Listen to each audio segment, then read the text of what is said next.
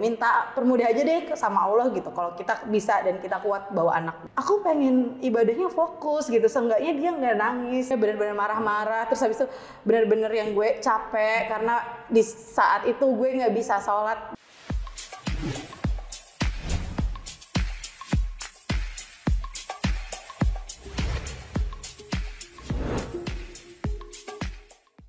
Hai parents, gimana episode sebelumnya? Menarik nggak kira-kira?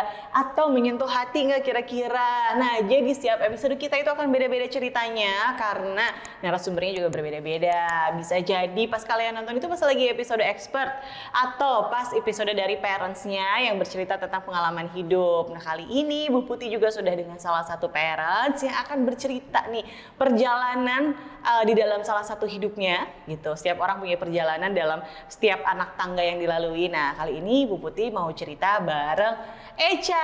Hai, Echa, boleh sapa-sapa dulu. Halo silakan. parents, apa kabar semuanya? Hai parents. Nama lengkap, anaknya berapa? Oke, aku namanya Meisha Adila, biasa dipanggil Echa. Anak aku baru 1 dan sekarang umurnya 19 bulan. Kirain 19 tahun. 19 bulan. Kirain 19 tahun dia. 19 bulan ternyata. Nah, Ca, katanya, nggak katanya sih, orang jelas-jelas tahu ya. Jelas-jelas gue tahu kalau kemarin-kemarin habis umroh. Ya, terus umrohnya bareng sama anaknya, sama Erza. Erza 19 bulan udah diajakin umroh. Nah, belakangan juga nih, gue ngelihat beberapa postingan-postingan dari biasalah namanya medsos ya. Sekarang tuh jadi teknologi canggih, orang di mana aja bisa tahu nih lagi ngapain aja. Nah, ada beberapa yang posting kalau lagi umroh bawa anak-anaknya. Bahkan ada salah satu temen nih yang udah 2 kali umroh bawa 2 anaknya, masih balita semua, sampai repeat gitu loh. Nah, sebetulnya kalau dari pengalaman Echa sendiri itu gimana sih bawa anak untuk ibadah, bikin kayak ibadahnya jadi kepecah-pecah atau justru lebih fokus, atau ada hikmah lainnya yang dirasakan kalau dari Echa banyak sendiri? banget ya kenapa akhirnya bawa Erza gitu-gitu sih, karena memang ini keputusan aku dan suami juga. Karena Erza tuh masih nyusuin, aku masih nyusuin Erza dan Erza masih benar-benar nempel di aku. Jadi dia nggak bisa kita tinggal sama sekali gitu. Jadi kita decide buat bawa si dia gitu buat bareng-bareng. Nah, ini alhamdulillah umroh aku yang ketiga. Jadi memang aku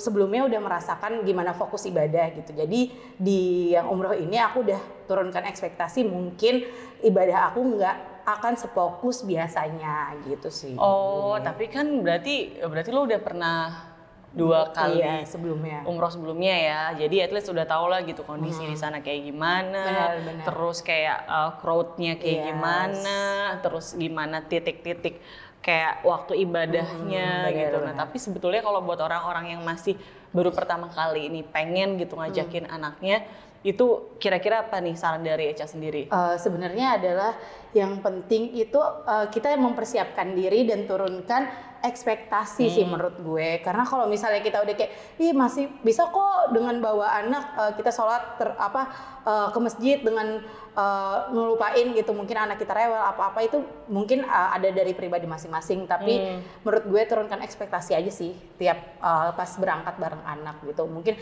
ada saatnya dia nangis, rewel, apalagi masih bayi ya kan. Oke, tapi berarti kayak orang-orang yang masih baru itu ya, Ca, jangan kayak mikir gue harus fokus ibadah gue sepenuh hati, tapi juga jangan berharap anak gue bakal anteng segitunya, bakal nggak rewel. Tuh jangan berharap kayak gitu ya, kayak jalanin aja gitu. Minta permudah aja deh sama Allah gitu, kalau kita bisa dan kita kuat bawa anak gitu sih. Iya sih, sebenarnya kayak kuatnya itu itu kan kuat mental, terus lo harus kuat juga hati lo, karena kan pasti kayak, aduh gue mau ibadah tapi anak gue rewel gitu kan. Nah, kalau kayak gitu gimana dong? Gue belum pernah cerita di mana-mana nih.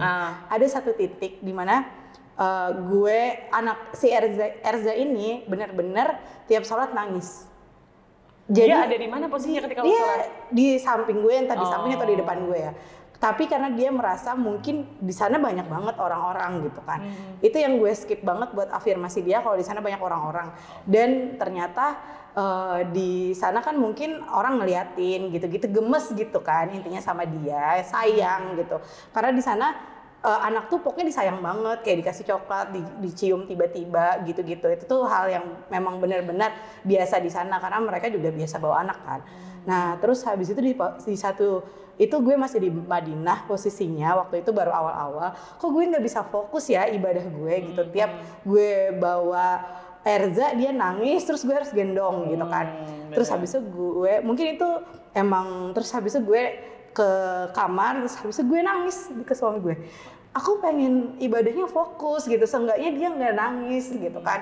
Gue capek banget di saat itu kan karena Erza itu beneran ikut gue terus nggak mau sama bapaknya juga karena dia bener-bener nempel gue jadi bener-bener ya sama gue terus. Akhirnya gue nangis di saat gue nangis itu sorenya mungkin itu karena setiap di sana tuh doa langsung dijabah. Sorenya Erza itu langsung tidur dengan nyenyak dari maghrib sampai isya dan gue bisa fokus ibadah saat itu. Gue kayak langsung kayak oh ini ya yang tadi gue marah-marah ke suami, marah-marah ke suami gue, bener-bener marah-marah. Terus habis itu bener-bener yang gue capek karena di saat itu gue nggak bisa sholat, bener-bener yang kayak sholat aja nggak bisa fokus gitu intinya. Terus akhirnya bener-bener Erza itu bisa tidur.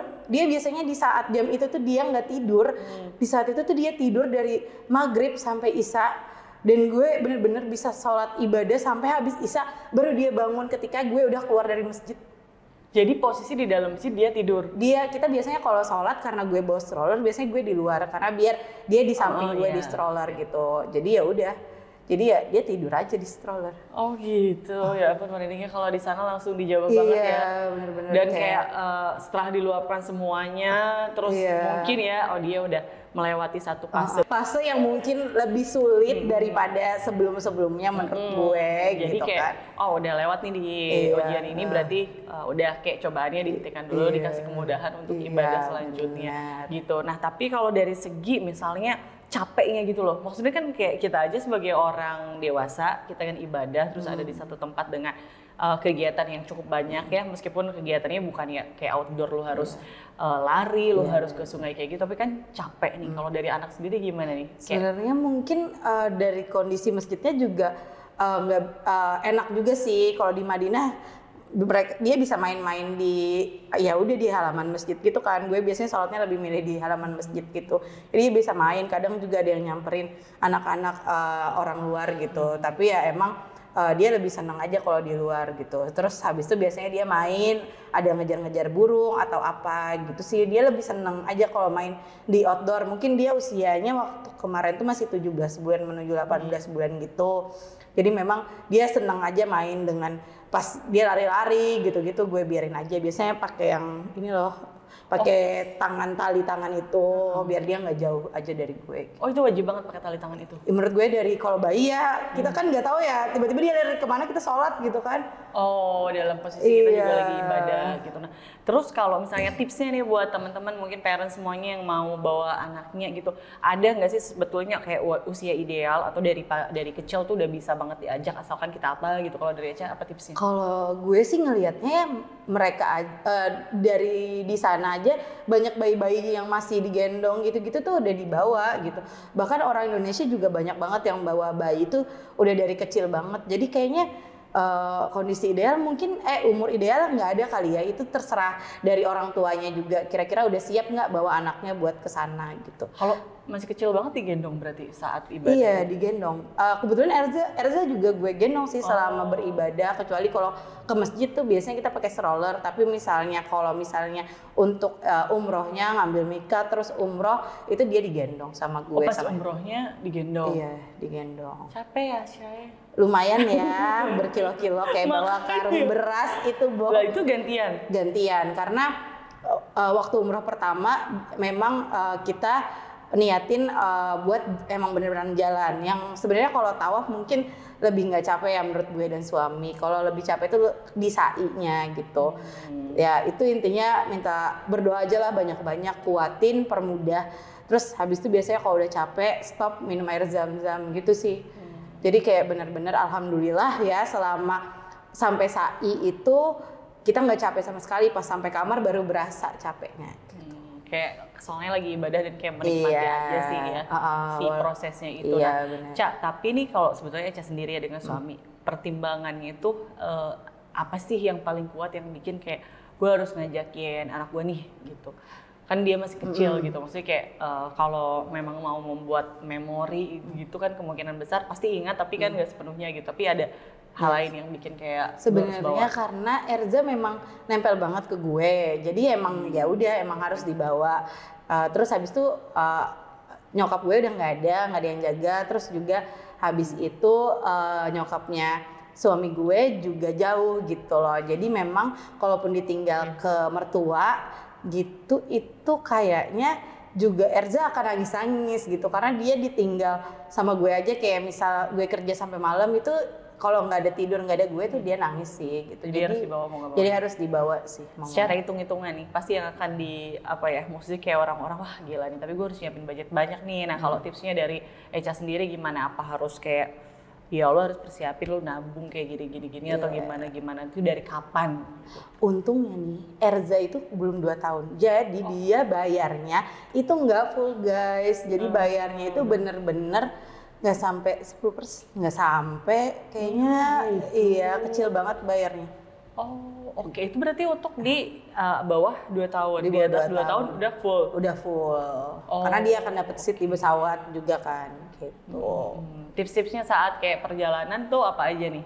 Iya minta, karena dia itu masih bayi ya, minta basinet ke travelnya, kebetulan gue pakai travel gitu dan memilih travel juga gitu, terus habis itu pakai basinet, minta basinet, terus karena Erza ternyata beratnya itu lebih dari 9 kilo, ternyata basinetnya nggak kepake nih, jadi nggak bisa gitu, jadi akhirnya dia tetap di pangku sama gue, tapi untungnya kita dapat legroom yang ekstra gitu loh, jadi memang menguntungkan lah buat gue sama suami gitu. Kayak bisa selonjoran gitu. Dia selonjoran, ya. Terus Erzanya juga bisa main-main di depan kita gitu sih. Gue bawain stiker banyak-banyak terus ditempel-tempel di situ. Oh, nah ini bawain stiker nih, ngomong-ngomong soal stiker, bawaan apa aja yang simple, yang dibutuhkan banget di sana, tapi kira-kira nggak bikin kita repot, terlalu ada segala macem. Kayaknya mainan anak-anak berlebihan itu kan kadang kita juga kayak risih, lebih ceceran kemana-mana, tapi yang krusial banget gitu. Stiker tuh lumayan bantu sama buku sih. Kalau stiker kan dia bisa nempel-nempel gitu. Alhamdulillah kan pramugari pasti bantu banget kan. Kita bawa bayi gitu, terus dia juga nemenin gitu. Jadi ya nggak dimarahin juga mau dia nempel-nempel stiker yang biasa aja ya udah gitu. Jadi nempel-nempel stiker di depan itu sih. Ntar ya aku bantu beresin juga gitu. Terus segala macamnya. Makanan gue bawa abon sama juga bawa nasi instan itu loh yang pakai air panas sudah langsung jadi. Itu selama berapa hari tuh? Kebetulan kan 7 hari aja, 2 hari di jalan gitu kan. Jadi bawa ini berasnya ya agak banyak aja sih, karena ada yang saset-sasetan gitu loh. Jadi harus dihitung kayak sekitar 7 hari dikali berapa kali makan. Sebenarnya kan dapat makan juga dari travel dan dari hotel gitu kan. Cuman karena kebetulan hotel kita itu makanannya agak internasional ya. Terus anaknya nasinya kan kalau nasi Arab tuh agak gede-gede gitu kan, agak keras untuk Erza yang masih bayi gitu. Jadi kalau misalnya makan di restonya kita pasti lebih milih yang buat dia cuman nyemil-nyemil gitu, kayak telur gitu-gitu aja, yang kita kasih pancake gitu. Pancake kan juga ada karbonya juga ya. Nah gitu-gitu aja, tapi kalau balik dia ke kamar dia bisa makan nasi sama abon itu sih. Oh, yang dibawa dari Indonesia. Ya. Nah terakhir nih, kira-kira yang paling menyentuh kayak paling apa ya, momen yang paling bisa lo ambil hikmahnya dari perjalanan kemarin umroh bareng sama Erza itu, dan ya suami lah tentunya, itu apa tuh? Iya pastinya kita lebih solid, terus habis itu lebih ngerti juga gitu kan. Harus sebenarnya yang paling penting adalah mungkin afirmasi sebelum berangkat ya. Gue tuh skip banget afirmasi yang banyak orang di sana gitu kan. Gue afirmasi tuh dengan salah satu bukunya tuh Journey to Mekah namanya gitu.